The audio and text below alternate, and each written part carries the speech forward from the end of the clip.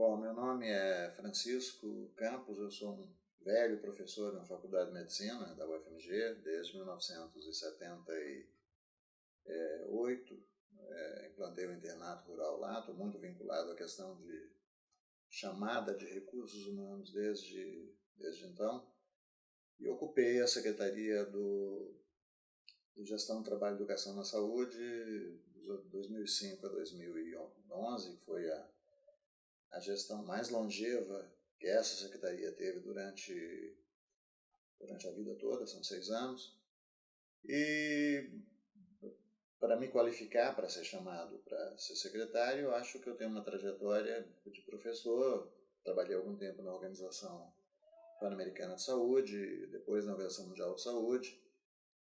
E eu vou me referir aqui a uma participação muito especial minha, que foi na Aliança Global da Força do Trabalho em Saúde, no qual, no board dessa organização, eu representei o Brasil e a região das Américas por 6 anos.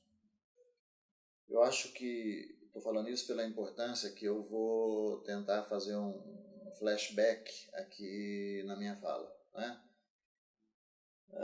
No ano 2006, parece que caiu um consenso, não daria para discutir um dia sobre isso, caiu um consenso mundial de que sem ter força de trabalho propriamente valorizada, adequada, remunerada, não haveria como fazer reforma dos sistemas de saúde do mundo. E veja bem, eu estou falando de um momento em que se percebe que a inequidade é muito grande e se levanta a questão dos trabalhadores de saúde como uma questão central. Antes, muita gente pensava em reforma física, pensava, né, todo aquele conjunto de reformas dos financiadores de saúde, especialmente do Banco Mundial, centrava muito nisso, mas se começou a pensar naquele momento que não adiantava hardware sem software, não adiantava nada a gente ter uma bela unidade se você não tivesse gente que trabalhasse ali e que se sentisse dignificado, se sentisse que tivesse bem remunerado, enfim. E é importante esse ano 2005, porque em 2006 se lança então uma iniciativa mundial que se chama de a Década dos Recursos Humanos. Né? A Década dos Recursos Humanos é uma consigna mundial que chama todo mundo a pensar na questão dos trabalhadores de saúde e se cria nesse momento, esses documentos estão disponíveis, né? Primeiro aconteceu nesse ano de 2008, né? 2 anos depois, quer dizer, que se vai fermentando esse movimento. Na OPAS, aqui no Brasil, chegou a fazer um monumento à questão dos trabalhadores de saúde, né? E se cria, então, o primeiro Fórum Global de Recursos Humanos e Saúde, no qual está presente o governo, está presente as organizações, no qual está presente, né? O Brasil teve uma fala importante nesse primeiro fórum. E nesse fórum se chega a um consenso mundial. Quer dizer, tem poucos consensos mundiais. Um consenso mundial tinha sido os Objetivos de Desenvolvimento do Milênio, né, um pouco tempo atrás, agora os Objetivos de Desenvolvimento Sustentável. Mas eu acho que em termos de consenso, né, a Alma Ata tinha sido um consenso lá dos 70, né? Mas você chega a um consenso de que não tem jeito de fazer reforma de sistema de saúde sem abordar seriamente a questão dos trabalhadores de saúde. Eu acho que nós do Brasil tivemos muita contribuição para a construção dessa agenda. Quer dizer, e a agenda for Global Action, que é a agenda de ação global, ela levanta pontos que eu acho que para nós do Brasil já eram claros e que para os outros países eu acho que infelizmente até hoje não é claro. E a gente tinha construído esse consenso, né? Eu acho que a raiz de tudo, né, é o pensamento na área de recursos humanos, que eu acho que quer dizer, eu faço um paralelo, que é o mesmo peso que Sérgio Aroca tem para a reforma sanitária no Brasil, Isabel dos Santos tem para a área de recursos humanos. Então, eu acho que a construção de um grupo, né, que pensa a questão de recursos humanos num acordo interministerial que existe no Brasil aí no final dos anos 70, né? E aí eu acho que a gente tem que citar nomes, porque são nomes muito importantes disso. Eu acho que você ter Carlyle Guerra de Macedo aqui coordenando esse grupo, mas a presença de Roberto Nogueira, de Paranaguá Santana, né, do César estava nesse grupo também, você constrói um pensamento, né, no PREPS, né, Programa de Preparação Estratégica de Pessoal de Saúde, você constrói um pensamento de recursos humanos que já tinha os elementos.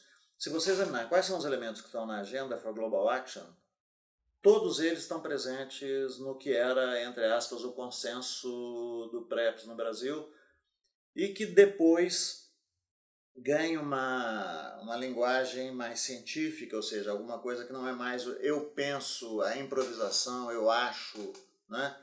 Através acho que e aí eu acrescento Marilena Machado, eu acrescento Sábado Girardi, eu acrescento André Médici, né? Que são pessoas que tiveram, de certa maneira, foi o primeiro grupo que pensou que nós temos que saber coisas, você não pode fazer só o achismo, eu acho, eu improviso a solução para essa área. E por que tem muito essa improvisação? Porque certamente em reformas de sistemas de saúde, as outras questões são todas muito mais fáceis, né? É muito mais fácil você pensar a questão do medicamento, porque é fazer uma fábrica, é muito mais fácil você pensar a questão de construir prédio, porque é tijolo, né? E todas as outras intervenções são fáceis. Essa é uma intervenção extremamente complexa. Ela é complexa porque ela exige o componente da educação, que em geral está em outro ministério, ela exige o componente de ciência e tecnologia, ela exige que nós pensemos o mundo do trabalho, que o mundo do trabalho em geral está colocado no Ministério do Trabalho. As regulações trabalhistas são todas... Então, uma solução como essa, todo mundo sabe, que demora muito tempo. E ao demorar muito tempo, sai da perspectiva, por exemplo, de obter resultado imediato numa gestão. Então, a grande maioria das pessoas diz, pensar em reforma que vai pegar educação, vai pegar trabalho. Isso é uma coisa que se eu abrir uma faculdade de medicina hoje, e a questão de alguns países era que não tinha uma escassez, não apenas relativa, mas absoluta de pessoal que trabalha na saúde, se eu abrir uma faculdade, ela só vai produzir os primeiros egressos.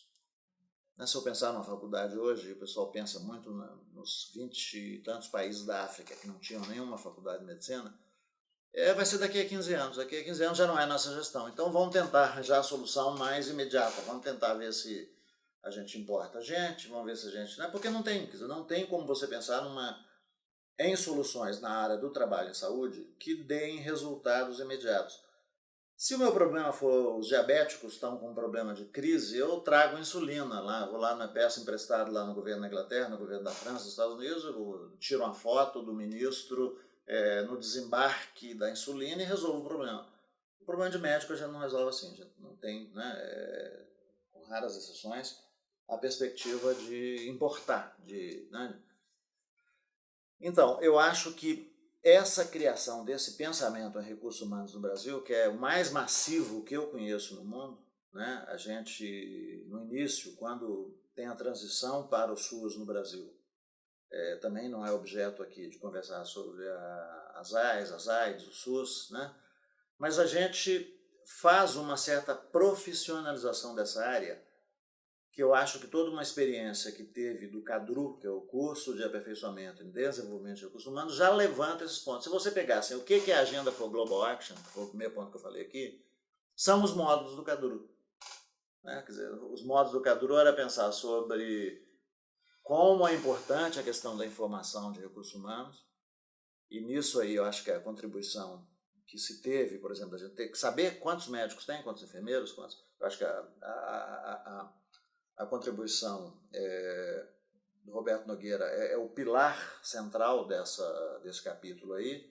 A gente tem que pensar a questão da informação, da educação, como é que a gente faz processos de educação que não são os processos tradicionais, a gente tem que pensar a questão da gestão do trabalho, tem que pensar isso sob uma forma de planejamento estratégico, no sentido de criar lideranças que vejam isso com mais importância do que tinha anteriormente. Então, se você pegar quais são os pontos da agenda global, stewardship, que é liderança, informação, educação, gestão, e tem um problema que está na agenda, que para nós não era um problema tão grave assim, que é o problema da migração, que para o mundo é uma questão importantíssima, porque você está, na verdade, nesse momento, subsidiando, quando você forma como você forma uma pessoa na África com educação pública ou subsidiada na África e essa pessoa migra para Manchester, significa que o cidadão lá do Zimbábue está subsidiando o cidadão de Manchester, porque ele está mandando para lá um recurso que é muito valioso para ele e que não fica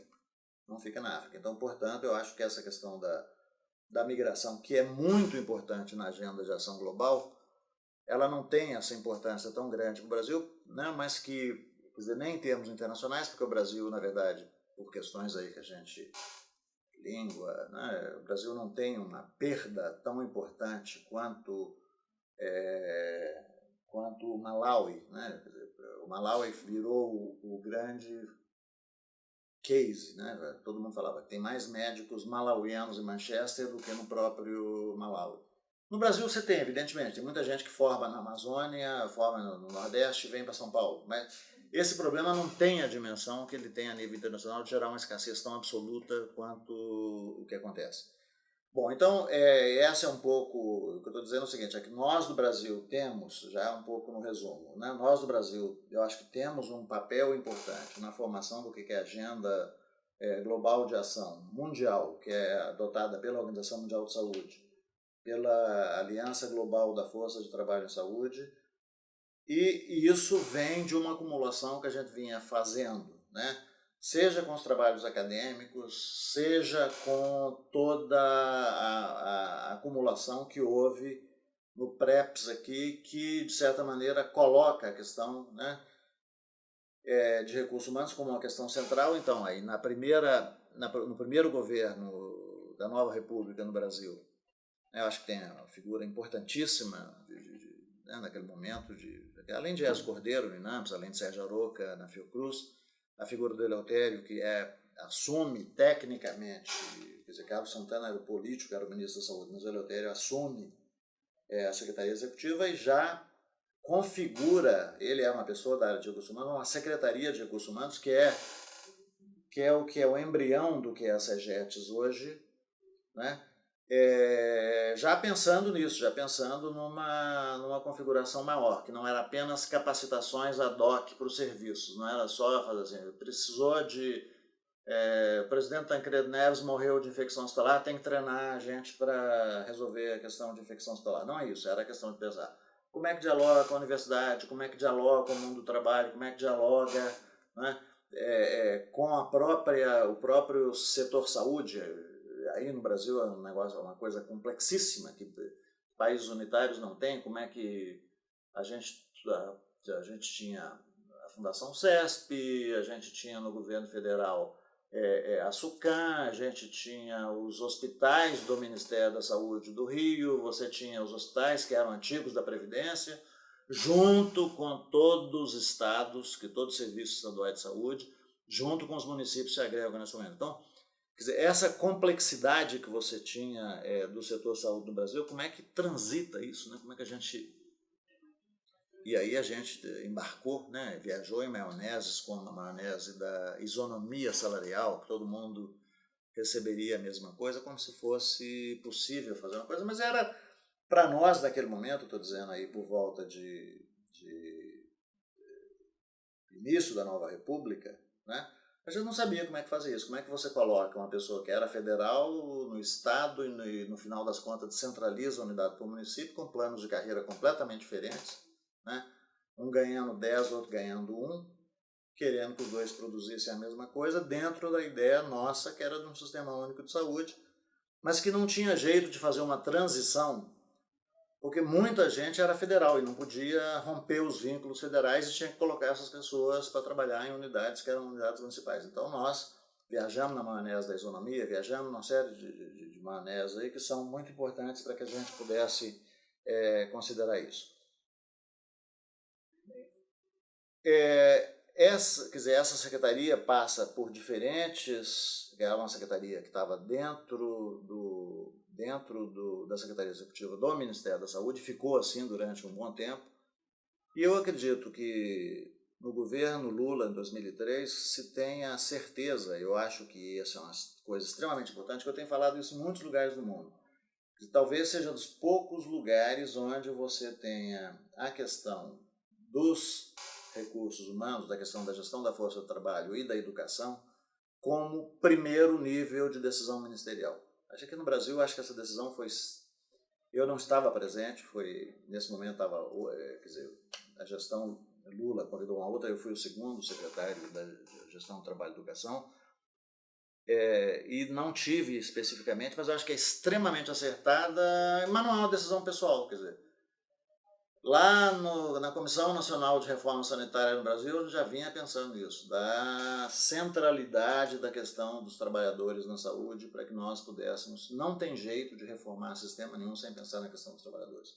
Isso, para nós do Brasil, estava certo desde que a gente começou a pensar, né, lá no PREPS, desde que a gente começou a pensar que a gente precisa de quantificar, que a gente precisa ter dado quantitativo, qualitativo sobre isso, né?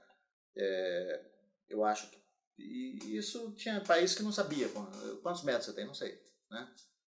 Eu acho que aí, de novo, essa participação pilar nisso, do Roberto Nogueira, com toda a história lá do software, né? Que hoje a Microsoft produz isso de maneira muito mais, né? Que era mais ou menos a junção do banco de dados com a planilha, que chamava Força Lula na OPA, quando o Roberto trabalhou com isso. Eu acho que